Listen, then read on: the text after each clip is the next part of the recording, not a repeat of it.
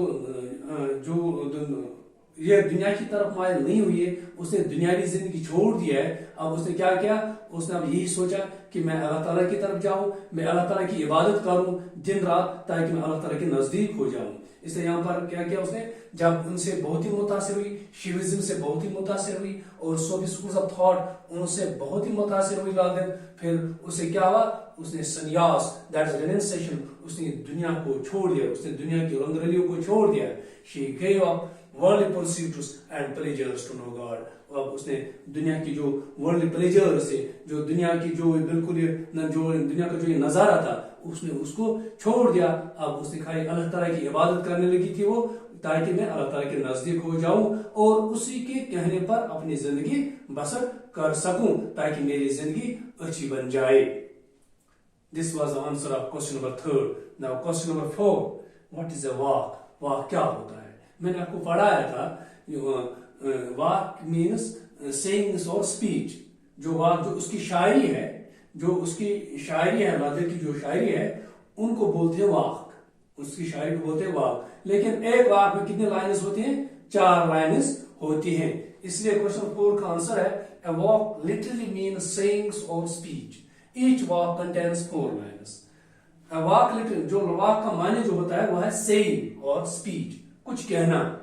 حتیٰ کہ اس نے اپنی شاعری میں ہمیں ایڈوائز کی ہے, نصیحت کی ہے, اس نے کچھ کہا اپنی شاعری میں, اس نے کچھ کہا. اس لیے اس کا ہے a walk literally means sayings or speech, کچھ کہا اس نے اپنی شاعری میں. each walk contains 4 lines. ہر ایک واک میں کتنی لائنز ہوتی ہیں؟ 4 لائنز ہوتی ہیں. This was the answer of question number 4. Now question number 5. What are the features of Lala's poetry? اس کی پوئٹری میں کیا فیچرز تھی, اس کی پوئٹری میں کیا خصوصیت تھی, وہ ہمیں کیا نصیحت کرتی ہے. جو والد کی جو شاعری ہے وہ ہمیں کیا نصیحت کرتی ہے. حتیٰ کہ اس کی جو شاعری ہے وہ بہت ہی مانا ہوا شاعری ہے, حتیٰ کہ وہ ہمیں ایڈوائز کرتی ہے. Now question number 5 کا آنسر ہے the works of Lala represent the best teachings for mankind in the modern world. They inspire us to seek unity and harmony among the people of all religions and races. Her poetry is a treasure of wisdom, love, truth and peace. جو اس کی جو شاعری تھی, لال کی شاعری ہے, وہ کیا ریپریزنٹ کرتی ہے؟ Represent the best teachings for mankind. وہ ہمیں انسانیت سکھاتی ہے. لال کی جو شاعری ہے وہ ہمیں انسانیت سکھاتی ہے. in the modern world, آج کے دور میں وہ ہمیں انسانیت سکھاتی ہے. انسانیت سکھاتی کہ ایک انسان کو کس طریقے سے رہنا اس سماج میں. حتیٰ کہ ایک انسان وہ ہونا چاہے تاکہ وہ دوسروں کے کام آ جائے.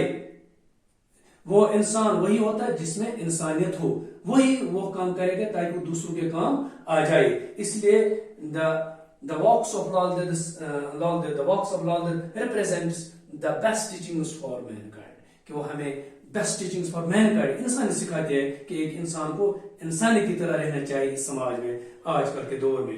They inspire us to seek unity and harmony among the people of all religions and races. حالانکہ یہ ہمیں یہ بھی انسپائر کرتے ہیں, اس کی شاعری ہمیں یہ بھی انسپائر کرتے ہیں, بیدار کرتے ہیں to seek unity and harmony. آپ اتفاق سے رہو. وہ تمام لوگوں کو, تمام مذاہب کے لوگوں کو یا تمام نسل کے لوگوں کو یہ ایڈوائز کرتے ہیں آپ اتفاق سے رہو اینڈ ہارمونی, اور بھائی چارہ آپس میں پیدا کرو. تمام لوگوں سے یہی التجا کرتے ہیں کہ آپ بھائی چارہ کی طرح رہو اس سماج میں. چاہے آپ کس مذہب کے لوگ ہو, چاہے کس نسل کے لوگ ہو, آپ کو اس سماج میں بھائی کی طرح رہنا چاہیے اور آپ سے اتفاق رکھنا چاہیے. اس کے علاوہ ہر poetry is a treasure of wisdom, love, truth and peace. اس کے علاوہ جو اس کی جو شاعری تھی, اس کی جو شاعری ہے اس میں کیا ہے, وہ ان خزانوں سے بری ہوئی تھی. کن خزانوں سے؟ اس کی شاعری میں وزڈم ہے, دانائی ہے, لو ہے, پیار محبت ہے, ٹروتھ سچائی ہے, اینڈ پیس امن ہے. یہ بھی اس کی شاعری ہمیں سکھاتے ہیں. You had to reside here in this society with wisdom, love, truth and peace. This was the answer of question number 5. Now question number 6. Who came under her influence? اس کی شاعری سے کون متاثر ہوا, لال دید کی شاعری سے کون متاثر ہوا. میں نے آپ کو پڑھایا ہے آف لائن کلاس میں کہ اس کی شاعری سے ایک بڑا ایک اعلیٰ پائے کا ولی یا بزرگ ہم کہیں گے وہ شیخ نور الدین ولی رحمۃ اللہ علیہ, وہ اس کی شاعری سے بہت ہی متاثر ہوا. اس لیے کوشچن نمبر 6 کا آنسر ہے شیخ نور الدین ولی رحمۃ اللہ علیہ. RA مینس رحمۃ اللہ علیہ. شیخ نور الدین ولی ایک اعلیٰ پائے کا بزرگ گزرا ہے اس وادی گلپوش میں. یہ بزرگ لال دید کی شاعری سے بہت ہی متاثر ہوا. Now question number 7. Who translated her poetry into English? کس نے ٹرانسلیٹ کیا ہے اس کی شاعری کو؟ لال دید کی شاعری کو کس نے ٹرانسلیٹ کیا ہے انگریزی زبان میں؟ انگلش زبان میں کن شاعروں نے لال دید کی شاعری کو ترجمہ کیا؟ وہ تھے Her poetry has been translated into English by Richard Temple, Jailal Cole, Coleman Box, Jayashri Oden and Neeraj Muttu. These are the great personalities like Richard Temple, Jailal Cole, Coleman Box, Jayashri Oden and Neeraj Muttu. They were translated the poetry of Lal Ded into English language. ان ہستیوں نے, Richard temple نے, یہ بھی اعلیٰ پائے کا شاعر تھا انگریزی زبان کا, اور جائلال کول نے بھی, اور کولمن بارکس نے, یا جیشری اوڈن اور نیرج مٹو نے, انہوں نے لال دید کی جو شاعری ہے اس کو ٹرانسلیٹ کیا ہے انگریزی زبان میں. These are the answers of these 7 questions. Dear students, I hope you can understand these questions and accordingly you write down these questions on your English exercise notebook. Thanks.